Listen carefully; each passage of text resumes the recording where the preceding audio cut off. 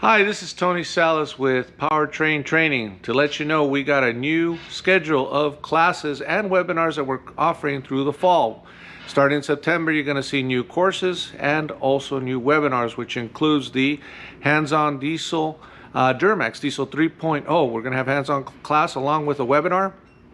And we will also have our traditional Diesel Master course, which covers all three subjects. That includes the Ram Cummins, the Duramax Diesel, and the Power Stroke families.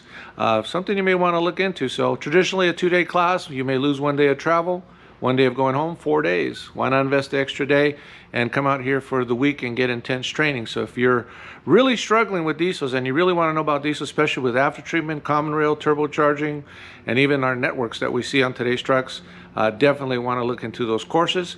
And if you're limited and you want some update training but yet can't travel, come see us at the webinars. There's several webinars. We even included an after treatment 101 for those of you that haven't learned after treatment.